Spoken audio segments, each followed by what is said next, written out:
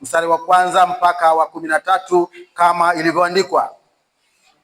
Neno la Mungu linasema, ikawa alipokuwa mahali fulani akiomba, alipokwisha, mmoja katika wanafunzi wake alimwambia, Bwana, tufundishe sisi kusali kama vile Yohana alivyowafundisha wanafunzi wake.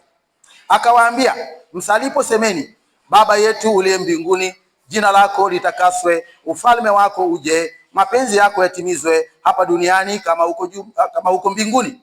Utupe siku kwa siku riziki yetu, utusamehe dhambi zetu kwa kuwa sisi nasi tunamsamehe kila tumuyaye, na usitutie majaribuni, lakini tuokoe na yule mwovu.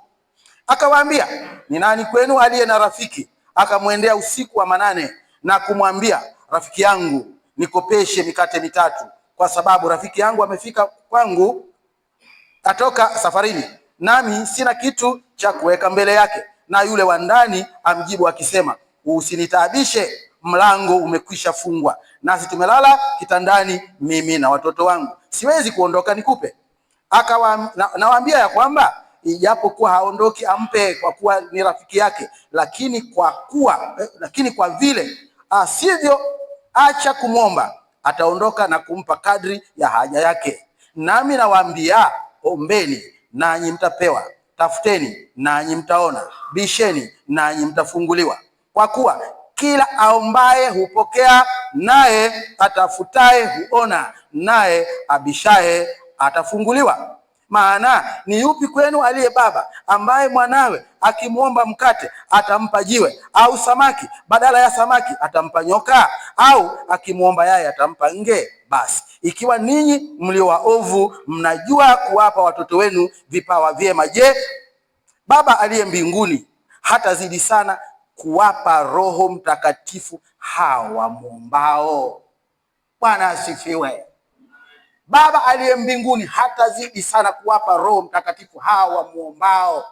Mungu ana makusudi ya kutupa nguvu ya Roho Mtakatifu sisi tumuombao. Bwana asifiwe. Ili tujue jinsi ya kuomba, ili tujue jinsi ya kumtafuta Mungu. Bwana asifiwe. Ninamshukuru Mungu kwamba Mungu anachofanya, hatupi yai badala ya nge, hatupi samaki badala ya nyoka, hatupi jiwe badala ya mkate, bali anatupa Roho Mtakatifu. Bwana asifiwe. Ninaomba tusimame, praise and worship. Endeleeni kusimama hapa, tutaimba nyimbo za kuabudu mfululizo mpaka Roho Mtakatifu atakaposema, nimedhihirika kwenu nami nimeshuka, ili sawa na neno la Mungu toka katika Injili ya Luka sura ya 11 mstari wa kwanza mpaka 13. Mungu azidi kutupa kile, maana Mungu amesema kwamba, je, Baba yenu aliye mbinguni hatazidi sana kuwapa Roho Mtakatifu wamuombao? Roho Mtakatifu anataka kufanya kitu siku hii ya leo. Tusimame. Bwana asifiwe. Haleluya. Tusimame. Ni Mungu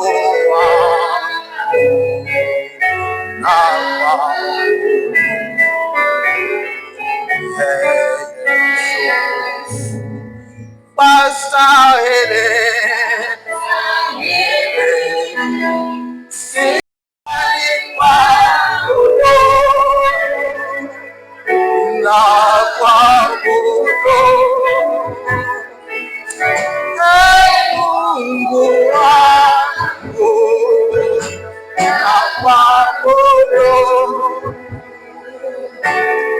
Hey,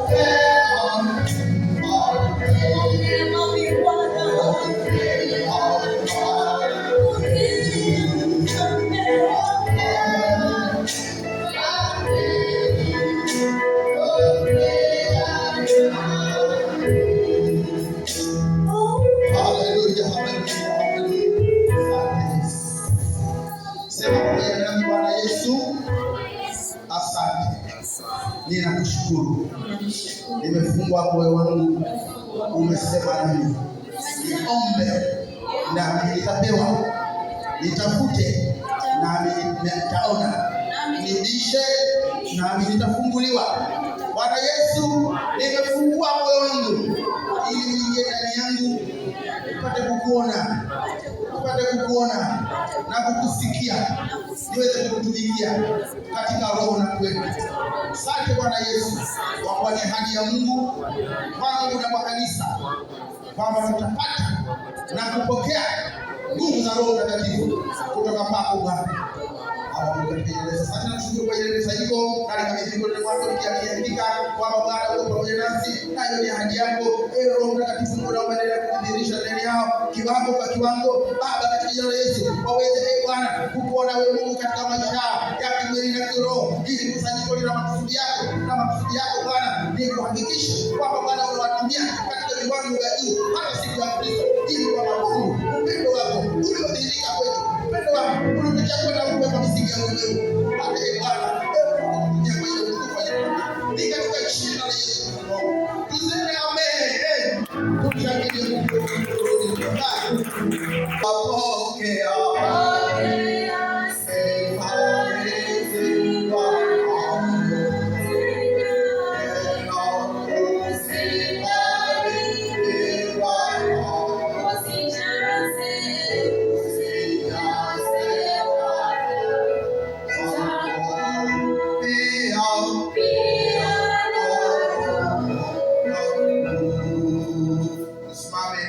Mungu asante, ili tunapoahirisha kipindi tuwape tena nafasi ya kukaa kikao cha ndugu zetu maharusi. Twasema